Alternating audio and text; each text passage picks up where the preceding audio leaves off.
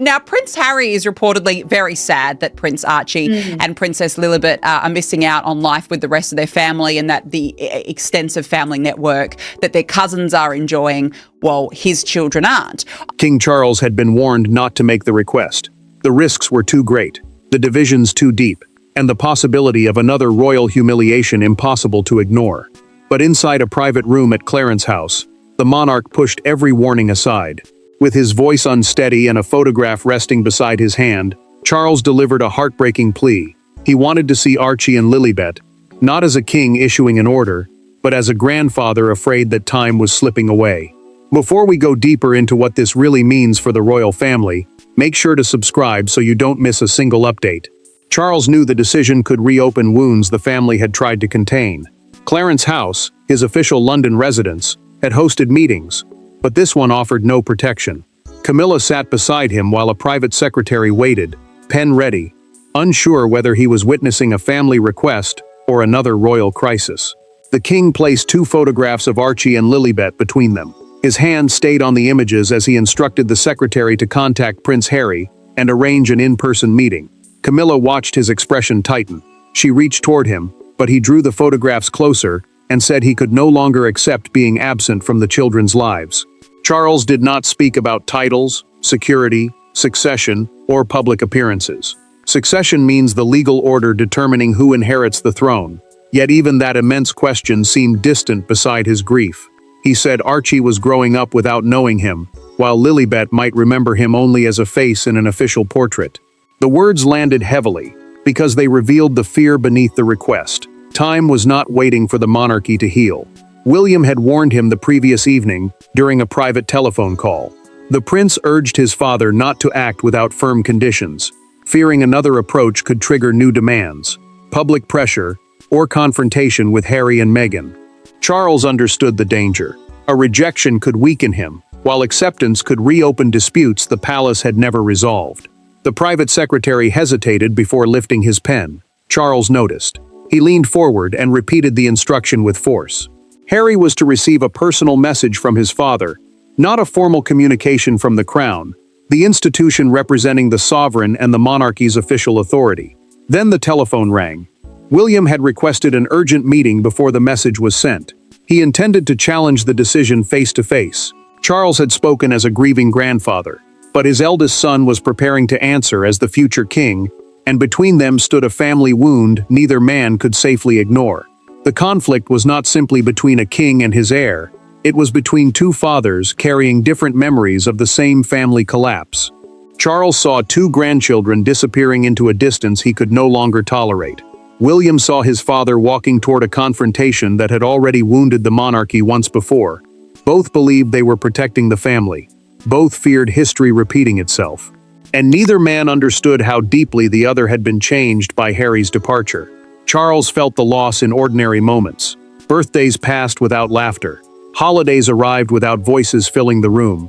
Archie and Lilibet were not names to him. They were years of missed stories, missed questions, and missed chances. The king feared they would grow up seeing the British side of their family as strangers, and that fear made each month heavier. William carried a different burden. As heir, the person next in line to inherit the throne, he believed every private gesture involving Harry could become a public crisis. He had seen family talks turn into arguments about security, money, reputation, and trust. The prince did not see caution as cruelty. He saw it as a shield protecting everyone else.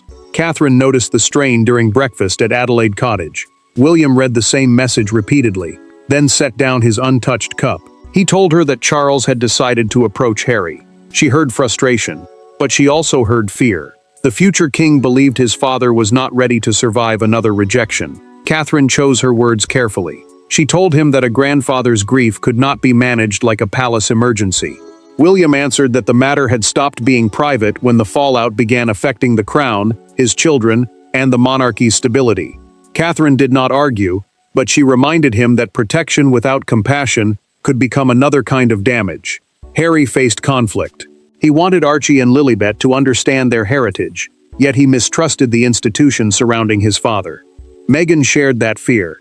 She knew one private meeting could become a photograph, a statement, or proof that every wound had healed. Harry wanted contact without control. She wanted the children protected from becoming symbols. Camilla told Charles what no title could change. Being king did not grant him access to anyone's children.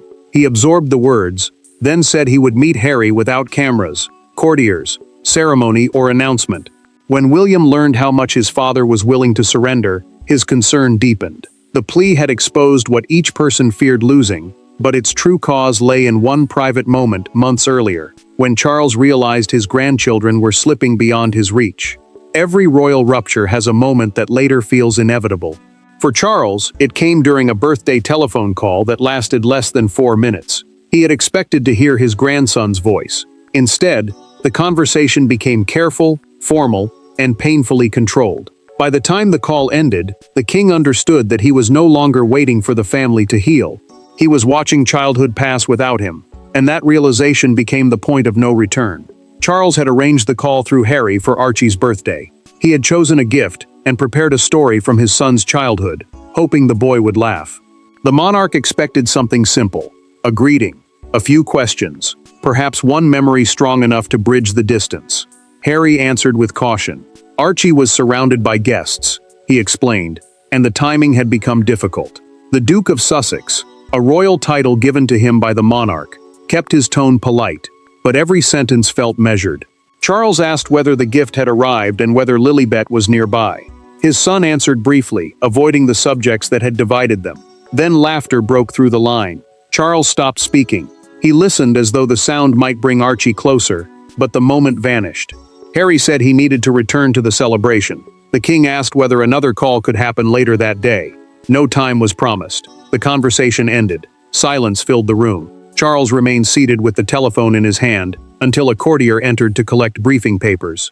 The aide stopped when he saw the monarch's expression. Charles lowered the phone and said Archie would soon be old enough to decide for himself whom he considered family. That possibility terrified him because childhood memories could not be rewritten by royal authority. That evening, the king ordered his staff to prepare a private record of every meeting and conversation he had shared with Archie and Lilibet. The list was painfully short. Birthdays, brief calls, and missed visits stood where years of affection should have been. It proved that distance was no longer temporary. William later heard a documented account of the call from his father's private office.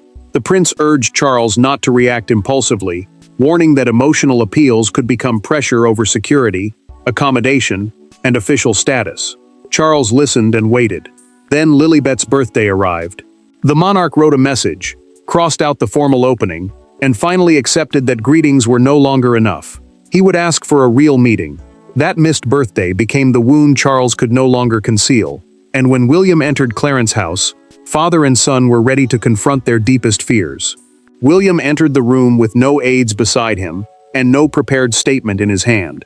Charles was already waiting. Between them lay the photographs that had prompted the plea and the written warning the prince had sent only hours earlier. Neither man raised his voice at first. That restraint made the confrontation more dangerous. Then William looked at his father and said the sentence that changed the atmosphere completely. "You are thinking like a grandfather when everyone else still needs you to think like a king." Charles dismissed the remaining staff and waited until the door closed. Clarence's house, the monarch's official London residence, suddenly felt less like a royal household and more like the last place where a father and son could speak without witnesses. William closed the door himself. He wanted no courtiers softening the truth. The prince began carefully. He did not oppose Archie and Lilibet knowing their grandfather. He opposed a plea made without boundaries covering privacy, security, media exposure, and future demands. Charles heard strategy where he wanted compassion. The king lifted Archie's photograph and asked how many more years the family should sacrifice before caution stopped ruling everything. William's restraint cracked. He reminded his father that George, Charlotte, and Louis had also endured the consequences of public accusations and family conflict. His children, he said, deserved protection from another cycle of private conversations becoming headlines. The future king was not speaking only as heir, the person next in line to the throne. He was speaking as a father who feared his own family would again pay the price. Charles accused him of allowing anger toward Harry to shape his judgment. William rejected the charge at once. Private gestures had repeatedly become public narratives, he argued, and every concession had produced another dispute instead of peace. The monarch answered that suspicion could not become the family's permanent language. Then Charles revealed the decision William had feared most. He was prepared to travel privately if Harry refused to bring the children to Britain. The prince pushed his chair back and stared at him. Such a journey, he warned, would create constitutional and security risks, because every movement by the sovereign carries official consequences, even when the purpose is personal. Charles did not retreat. He said quietly that he did not know how much time remained to repair the relationship. William looked away. For the first time, he understood that his father's plea was tied to age, mortality, and the terror of leaving love unfinished. The prince finally drew his line. Harry must guarantee in writing that no photographs would be used for publicity, no private words would be disclosed, and no meeting would become leverage over royal privileges. William had protected the crown, but acceptance now rested with the son who had challenged it from afar. The king had the authority to request the meeting, but he did not have the power to make it happen. That decision belonged to Harry and Meghan. Yet before the message could reach them, William demanded that the palace attach conditions strong enough to protect the monarchy and private enough to protect the children. The result was a document carrying two entirely different intentions: Charles's desperate appeal for family contact, and William's determination to prevent that contact from becoming another royal battlefield. Charles understood how divided the power had become. He could authorize the approach, but Harry and Meghan controlled access to Archie and Lilibet, while William held enough influence over the future monarchy to resist any arrangement he considered dangerous. The crown, meaning the institution built around the sovereign and royal authority, could send a message. It could not command trust. The private secretary prepared two separate documents. One was a personal letter from Charles. The other was a confidential framework covering security, privacy, location, photography, and public disclosure. Keeping them apart mattered because the king wanted Harry to hear a father's voice before encountering the palace's conditions. Charles wrote the first draft by hand. He began with, "Dear Harry," stopped, crossed out the words, and replaced them with, "My darling boy." The monarch then sat motionless for several minutes. When he continued, he asked for no apology. He wanted one peaceful meeting with Archie and Lilibet, free from arguments about titles, money, security litigation, public duties, or past interviews. William studied the framework line by line. The prince banned recording devices, private photographers, and any disclosure after the meeting. He also insisted that no image be released unless every adult involved approved it in writing. His caution was severe because one leaked conversation could destroy the fragile trust before it formed. Camilla found Charles alone after midnight with the unfinished letter beside him. The queen consort asked what frightened him most. He admitted that Harry might read the conditions first and never reach the words written by his father. She urged him not to hide his love behind palace language. Catherine confronted William privately. She asked whether the restrictions made the invitation feel like an interrogation. The future king defended the need for protection, yet he removed one harsh clause after realizing it would make reconciliation almost impossible. The private secretary sealed both documents. Charles stopped him, reopened the envelope, and added one final handwritten sentence. Those final words would decide everything. The message left Clarence House carrying a grandfather's hope and an heir's warning. But when Harry opened it thousands of miles away, the first consequence was not reconciliation. It was silence.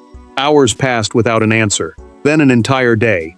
Charles continued with his official schedule, greeting guests and signing documents, but those nearest to him saw the difference immediately. He checked for messages between engagements. He asked whether the delivery had been confirmed. He reread the copy of his own letter, as though searching for the sentence that might have driven Harry away. The king had taken the greatest emotional risk of his reign, and silence was beginning to feel like rejection. Harry opened the letter alone at home. The first words disarmed him, but the separate privacy framework pulled him back toward suspicion.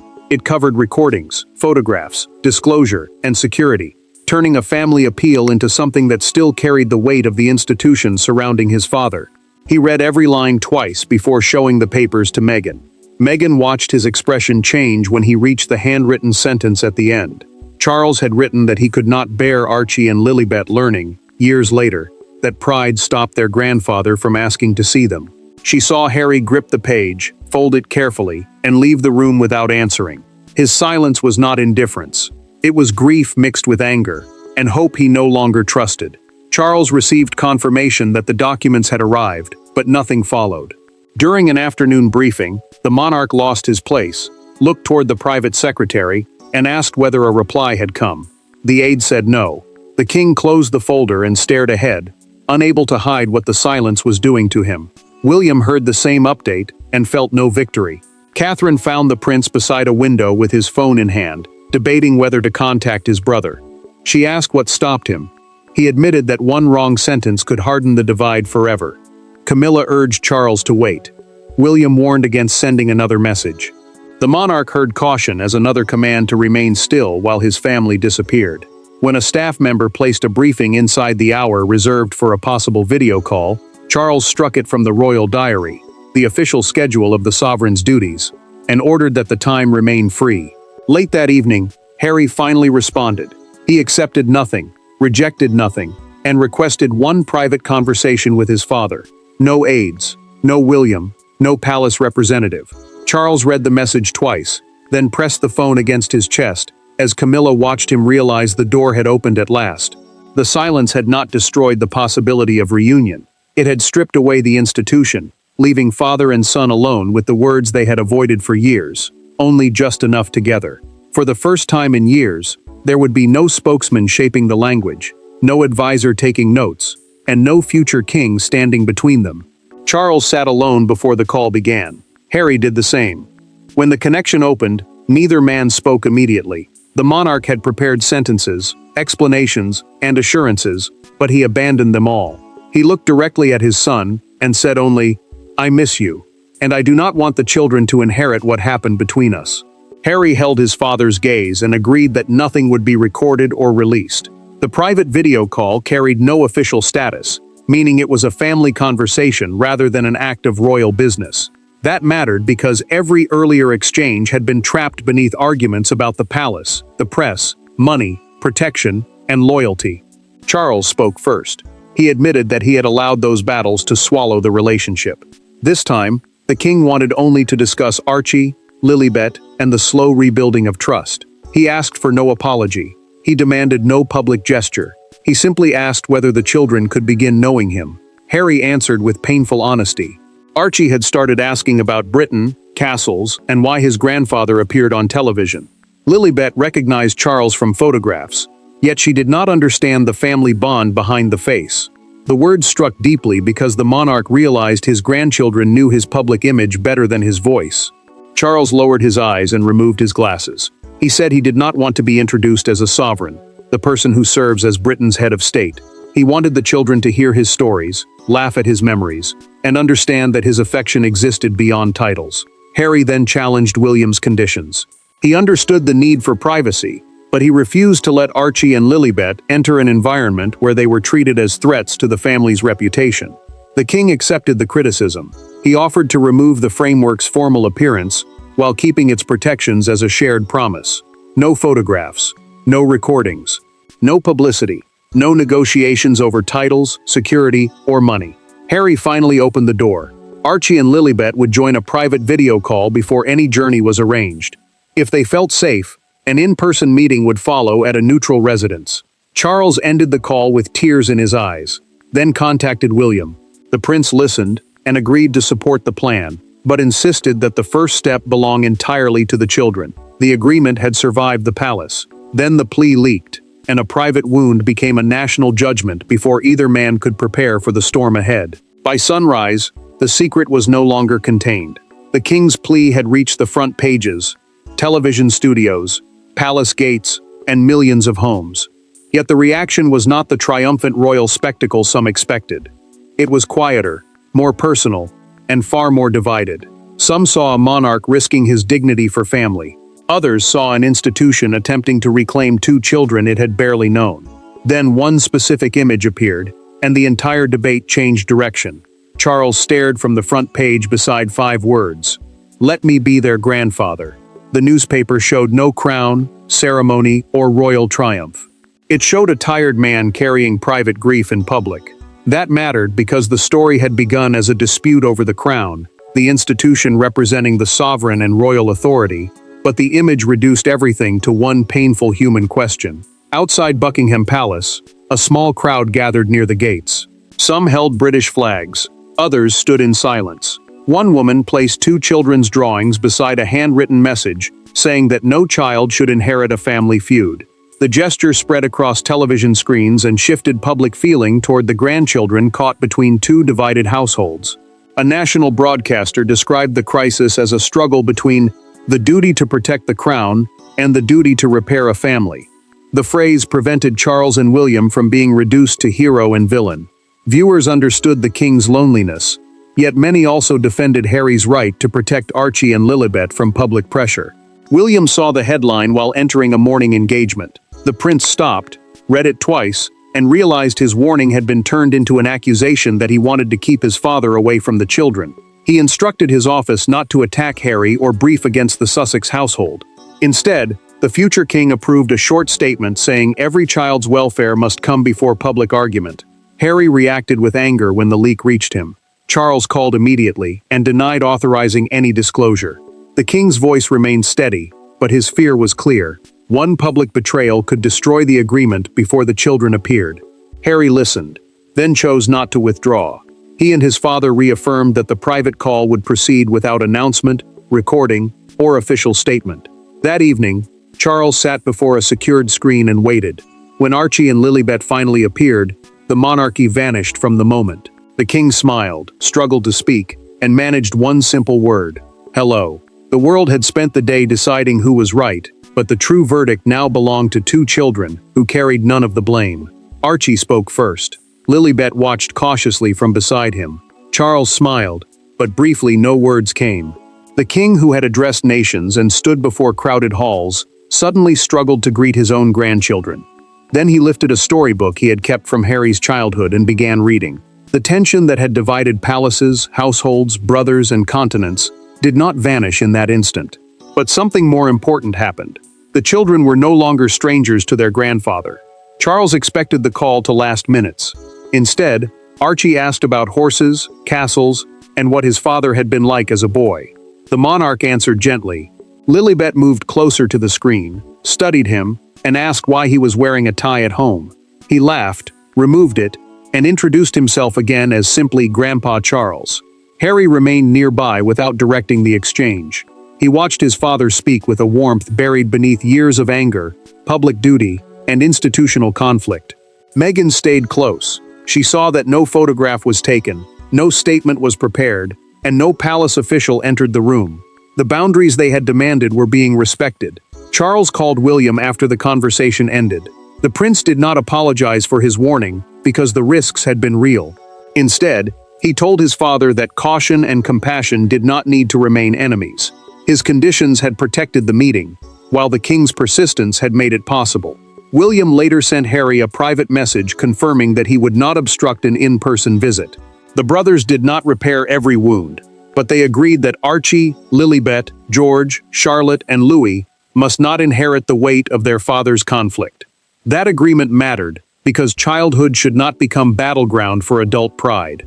Weeks later, Archie and Lilibet arrived at a private residence without ceremony, photographers, or a public schedule. A ceremonial reception means a formal royal welcome shaped by protocol, but none was waiting. Charles stepped forward, lowered himself to their level, and opened his arms. The Plea had not healed every fracture in the House of Windsor.